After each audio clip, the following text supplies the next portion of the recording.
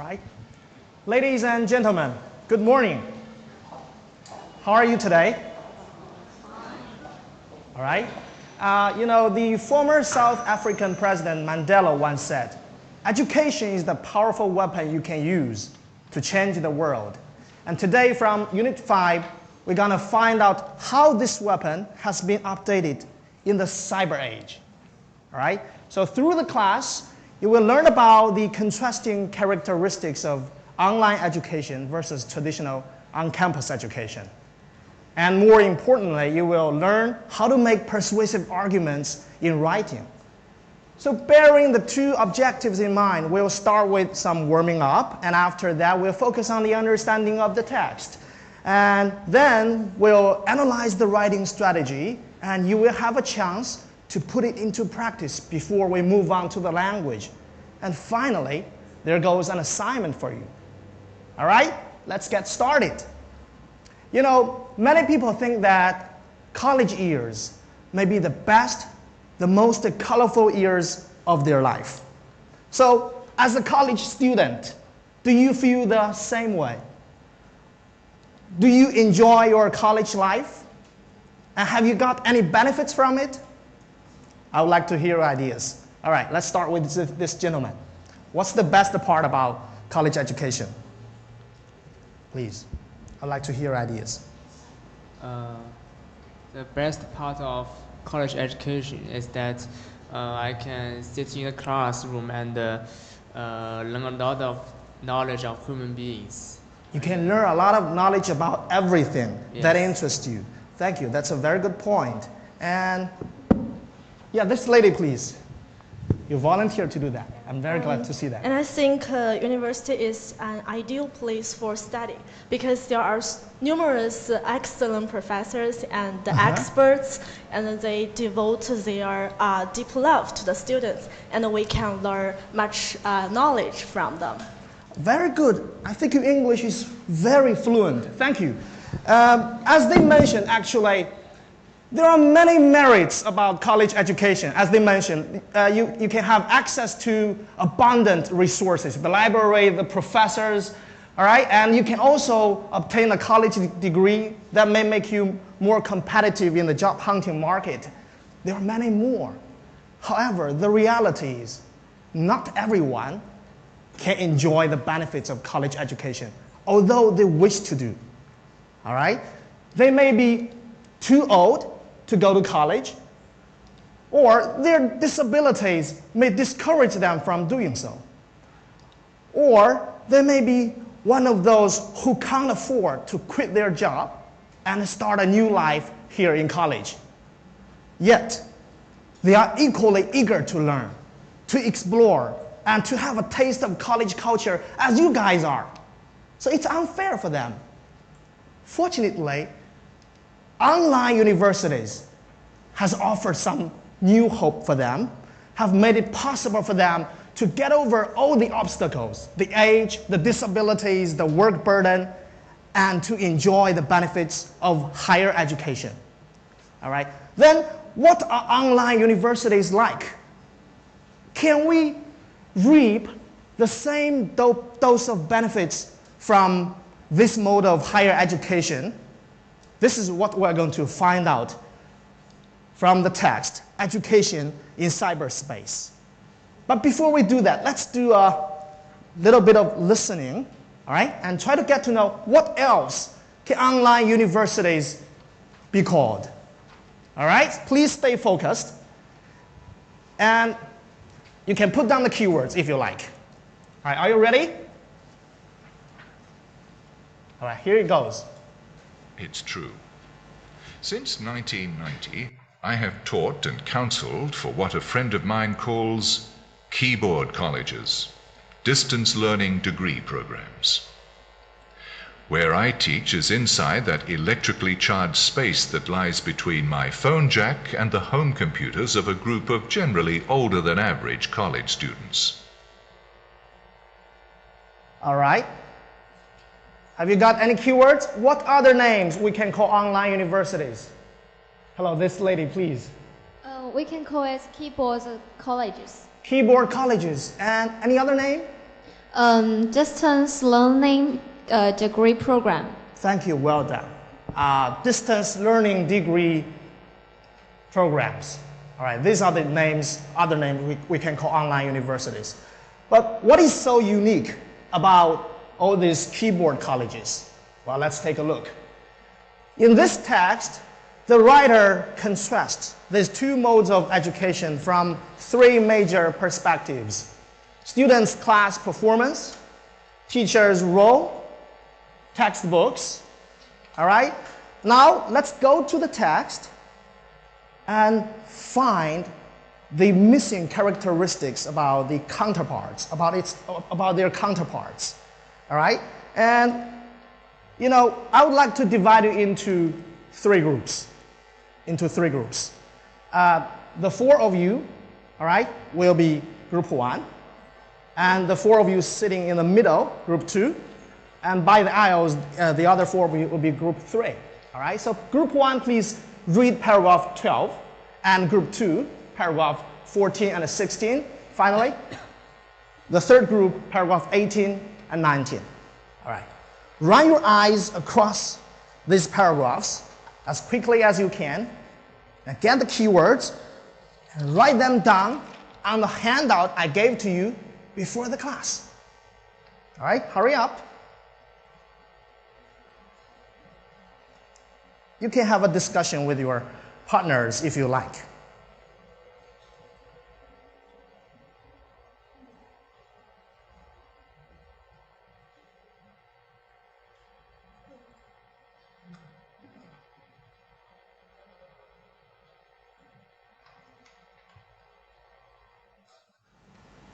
All right. For the first category, students' class performance. With cyber education, the writer thinks that students can think and write. However, with traditional education, how do students behave in traditional classes? The students sit passively in the bedroom, treating their mental thumb as the clock ticks away. Well done, thank you. The students sit passively, twiddling their mental thumbs. Okay, what does twiddle one's mental thumb mean? Take a look. It means you move your thumbs this way in the mind. It's an expression that means you waste your time doing nothing. All right? The next part, teacher's role. Group 2. Please. A guide on the side. A guide on the side, good. So what do these two expressions mean? They mean they are educating on in different ways. Very good. So a sage on the stage means being a wise man standing on the stage, imposing their ideas upon the students, whether you like it or not. But being a guide on the side means you stand by and let the students do their work, right? Only offering help when necessary. Oh, sorry. What about textbooks? Hello? Please give it a try. Yes. With cyber education? Not the only pool of knowledge. Not the only pool of knowledge. That is to say, textbooks are regarded as what? Two words. All right, any idea? Collaborative efforts. That means you can learn from collaborative efforts, other sources of learning. So textbooks are only learning aids, not learning pool, or the only learning pool. All right? So from this table, you can see that this is a contrast essay. All right? When it comes to contrast writing, actually, writers do not just show us the differences of two things or two items. A writer very often also takes a side. You know, he very often shows his favor towards one side. So, can you tell me in this text, which mode of education is the writer in favor of? It's very clear to see. Cyber education or traditional education? Exactly. Actually, the writer shows this position, shows her favor in paragraph 10 to 11. College education is to dispense with traditional education. Welcome aboard, ladies and gentlemen. I am your instructor, Michael. Very nice to meet you here. And in the next 20 minutes, we will learn English and have fun together. So are you ready? Yes. Very good. So let's get the ball rolling. Oh, I forgot. Wow. Okay. This. Wow.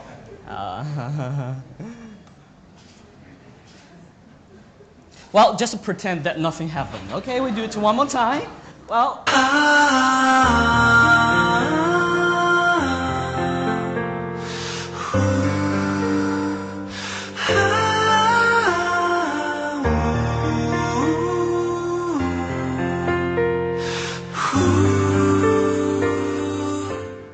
As you see, today's topic is to lie or not to lie, the doctor's dilemma.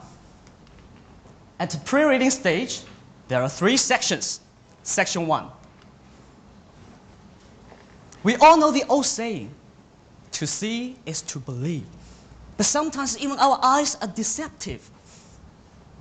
Well, so please look at the first picture. Do you think these 2 red lines are in parallel, 平行? Yes or no? No? Well, actually they are. So now I will press the button and don't you even blink. Amazing, isn't it? Yeah. And in the next picture, 2 blue balls. Are they of the same size? Yes? Actually they are. Well, so, yeah. Have a look. And you see, they are indisputably and unmistakably identical. Wow. Oh, and in the following section, question first. Have you ever lied? Well, how about you? Have you ever lied? Yes. Yes? Okay, how about this gentleman? Have you ever lied? Definitely. Definitely. Thank you very much. Thank you for your honesty. Well, if you say no, it simply means you lied. Because I believe we lie, therefore we live. Okay, but don't get me wrong. On this occasion, I refer to white lies only. But what are white lies? What are white lies? White lies are well-intentioned lies that we can find everywhere in life. For example, on April Fool's Day, we lie to others skillfully or even admirably. And on Christmas Day, we lie about Santa Claus climbing down our chimney to drop a gift. As for this picture, it is about another white lie. Does it ring a bell to you? Any ideas? Any ideas? No? Okay, here is the story. In English-speaking countries, when asked about the embarrassing question, where I am from, parents lie to kids that they are delivered to the house by storks, a very large bird named guan in Chinese. Yes, and what you order may turn out to be a boy or a girl. And if lucky enough, you're blessed with every customer's dream come true. Buy one and get the rest for free. Wow. And let's move on to section 3. Just now we mentioned that all human beings seem to tell white lies, right? So we may conclude that everybody lies. Then how about the doctors? Can they make one exception? So please consider this preliminary question. Are doctors as trustworthy as we thought? Or in other words, is honesty the best policy in their dictionary? To help you think, now please watch a video clip to see how doctors' medical explanation spat out at machine gun speed leaves their patients totally confused. Please pay close attention to their facial expressions. Here we go. You're the one that's slow. I am not slow. You are slow. You want to bet? Yeah, you are.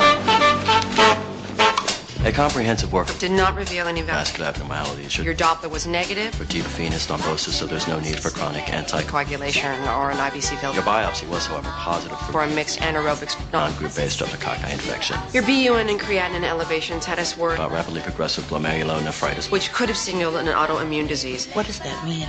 We're not going to amputate your leg. Huh? You get to keep your kidneys. Congratulations. You can go home today. Yeah, congratulations, whatever.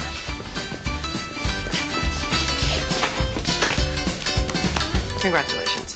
There's nothing wrong with you. You're going to be fine. Congratulations. Very funny and familiar, right? Okay, so what is your answer? Should we trust a doctor or not? Yes. Well, please suspend your judgment for a second, because now we will turn to text A for more reference. At the while reading stage, we start with a bird's eye view, introductory remarks. So please read it as quickly as possible.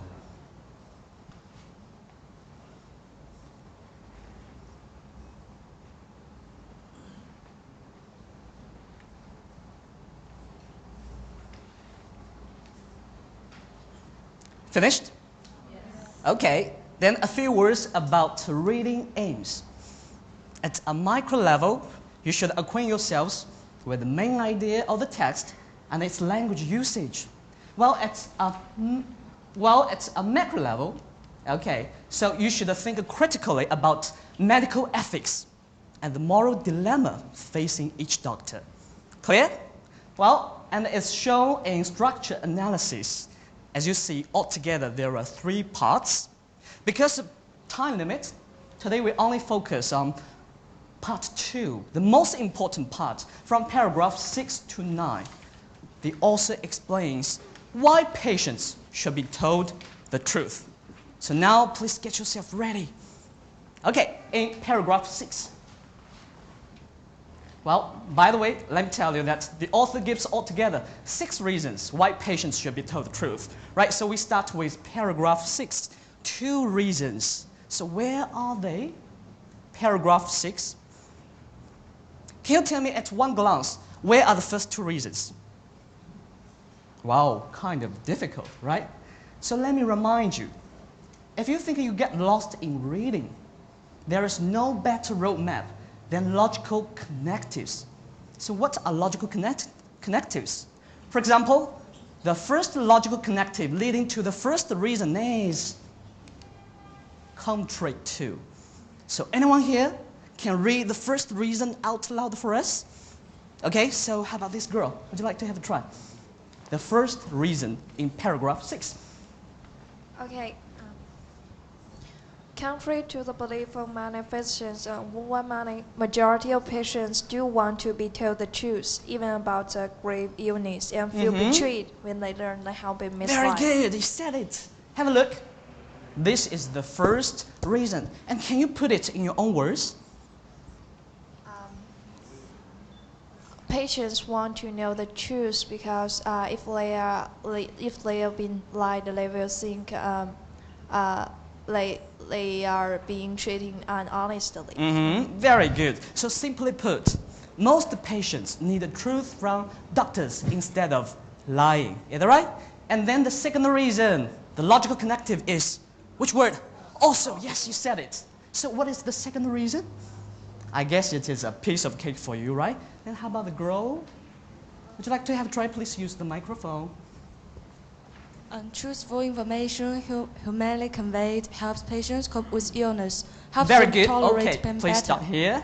Please tell me, what does the word mean? Humanly. According to the context, humanly. What does it mean? Maybe kindly and correctly conveyed. Very good. It means mercifully or kindly, right? So in other words, being told the truth in a kind way can actually help patients recover. Do you agree? Very good. And in paragraph 7 and 8, well, so the hint for you, not only. So the third reason is where? Okay, you have a try. Well, so please use the microphone. So please read it out loud for us. Which part? They invade the autonomy of patients and render them unable to make informed choices concerning their own health. Okay, very good. Then let me ask you another question. They refer to what? The doctors. Doctors what? Lies. Doctors lies. Very good. Well, but you know what? So this sentence is a little bit naughty, a little bit difficult. So would you like to rephrase it in your own words? Can you? It is a bit difficult. Difficult. So anyone here who can take the tough job?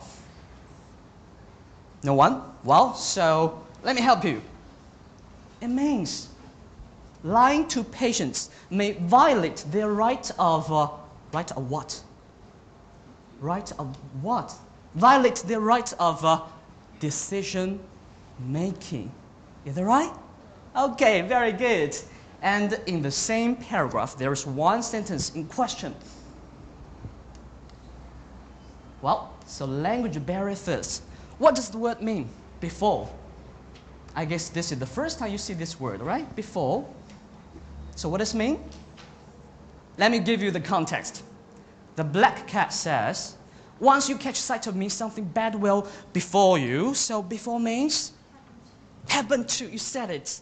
And in most cases, only bad things before people. Only bad things before people. Well, by the way, we know in the West, a black cat is an omen of bad luck. Just like the number 13. Right? Yet due to cultural difference, it is well received in China. Right? Cultural difference. And to expand your vocabulary, please tell me which two parts the word before is made up of. Which two parts? B and for. Clever. Very clever. B and for. Yes, you said it. And as you see, the prefix B can be used to mean that somebody or something is treated in a particular way. Let me give you some examples. The first one, don't belittle him. What I mean is, don't say he is unimportant. And the second one, he befriended me. What does it mean? He became my friend. Yes. And then for denied and distorted, you know what? A figure of speech named alliteration is used. So what is alliteration? Alliteration is the use of several words together that begin with the same letter or sound. For example, when I say white lies are well-intentioned lies, I am using alliteration. So can you give me some other examples to illustrate? Yes. For example, how about some famous quotes? Famous quotes. Let me give you one example. A very famous quote by Ernest Hemingway. Men can be destroyed, but never defeated. Yes, destroy and defeat, right? And the further illustration, as you see, Jane Austen's twin masterpieces. Well, Pride and Prejudice, Sense and Sensibility. Then a couple of tongue twisters. Well, so I suggest that we should read together. Okay? 1, 2, 3, go. Sally sells seashells by the seashore. Peter Piper picked a peck of pickled pepper. Well, I almost got my tongue twisted. How about you? And I guess now you have a better understanding of alliteration. Am I right? Well, then with the language barrier removed, I'm going to challenge you with a new task. Oral translation of the whole sentence. So can you do it? Please follow my instructions and do the translation part by part. Well, so please set your mind at work. The whole sentence. Well, now you have some time to think about it. Then I would like to pick one student to do the translation part by part for us.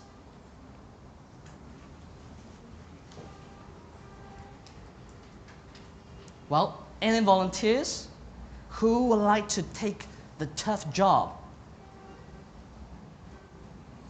No one? Okay. How about the girl there who is smiling at me? It's you, yeah. So, would you like to have a try? So the first part, please do the translation. 我们现在越来越意识到，当这些信息被隐藏或者是曲解后 Okay, hold it, hold. Part 1, then part 2, right? Part by part translation, right? We are becoming increasingly aware of, then this is the second part that you should translate. 我们越来越意识到这些会降临，会 Okay. 不好意思。 Well, and the third part. Well, anyway, can you put your translation together as one piece? Do the whole translation. Can you? 我们越来越意识到，如果这些信息被否认或者是曲解，会有很严重的后果。不是，对这些疾病当中的病人会有很严重的后果。Yes, that is good translation. Thank you. So please have a check at the reference version. This is the reference version. Okay, so much for this part. And you know what? Considering time limits, the last three reasons in paragraph 9 go untouched for your homework. Clear? Well, so we should conclude today's lesson with our further discussion, a very brief discussion. Well, that is, do you agree with the author that even a dying patient should be told the truth? Why or why not? We are running out of time, so now let me pick one student to share with us what you have in mind. Okay, how about the girl in red? Well, please pass on the microphone. Say something. Do you agree with the author? Yes, I agree. And your reason? Because I think as a doctor, he should believe the patient can face with the cancer or illness and other illnesses. That's all. Okay, very original idea. Thank you very much. Well, so much for this part. And then today's assignment. Today's assignment is about creative writing. So, background first. As you see, The Doctor's Dilemma is a play by George Bernard Shaw. So who is George Bernard Shaw? Yes. And in the play, a doctor has developed a new cure for tuberculosis. But there is enough dose for one only. So he has to choose between two persons. One is a patient, the other his colleague. So what is your choice? Please write an essay with a minimum of 150 words entitled, Patient or Colleague, My Choice If I Were the Doctor. Well, before I bid farewell, a quote by Florence Nightingale is presented as today's food for thought. The very first requirement in a hospital is that it should do the sick no harm. Agree? Yes, so consensus achieved. Well, so many thanks from Michael, and so much for today's teaching. Thank you very much for your cooperation. Have a good day, and goodbye. Good afternoon, boys and girls. It's really good to see you in such a beautiful autumn afternoon. Autumn is a wonderful season. If you're required to use a color to describe autumn, which color will you choose? Yes, I love your word gold instead of yellow. You read my mind. I have a magic box. What is it? Orange. Are you sure it is an orange? This lady, could you please feel it and tell us the truth? Whoa, she smelled it. It is just a plastic material. That's right. It is a plastic orange. Others you can also share. Usually we say, seeing is believing. Yet in this case, I try to tell you sometimes the seeing see little, which means people who have eyes, who can see, sometimes actually see little. Do you agree? Thank you for the cooperation. That's how I'd like to show you something else. I'm not a magician. What is it? Okay, you pause and they say, leave. How about gentlemen? Is it your real leaf? Yes. Yes. Could you please stand up? Face everyone. Close your eyes. I will be your guide. Pay attention to the finger. What do you feel? There is a what?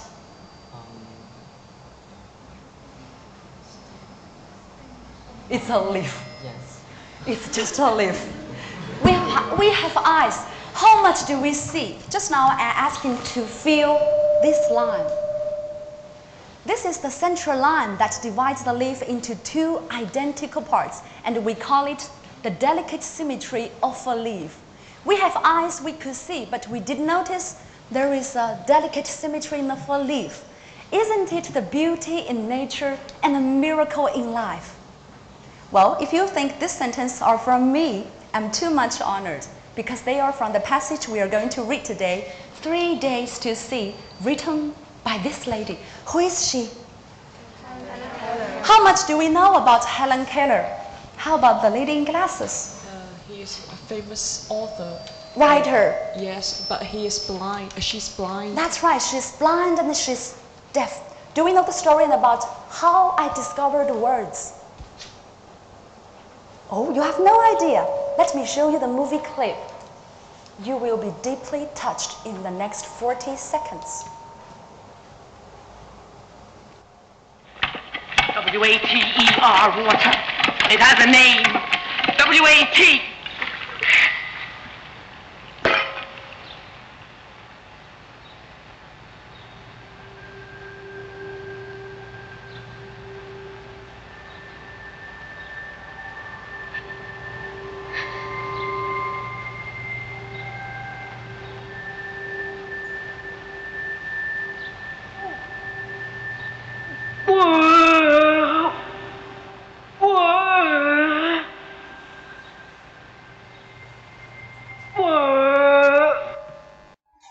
Now, ladies and gentlemen, we have eyes, we have ears. So how do we learn words? Listening, speaking, reading. Helen Keller couldn't see and couldn't hear. She discovered words one by one, and later she became a college graduate from Oxford University. Later, as you mentioned, a productive writer and a world-famous speaker. She is regarded as a person who exemplifies courage, superhuman ability, and amazing grace.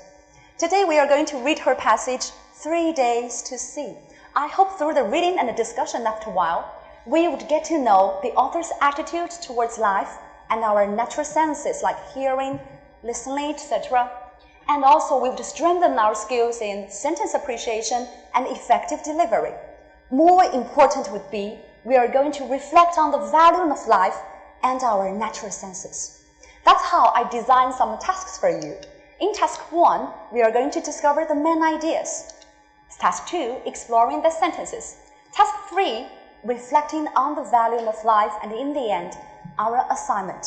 Task 2 and Task 3 would be my focuses and difficulties. I need a lot of cooperation from you and a lot of group work. Can you do that?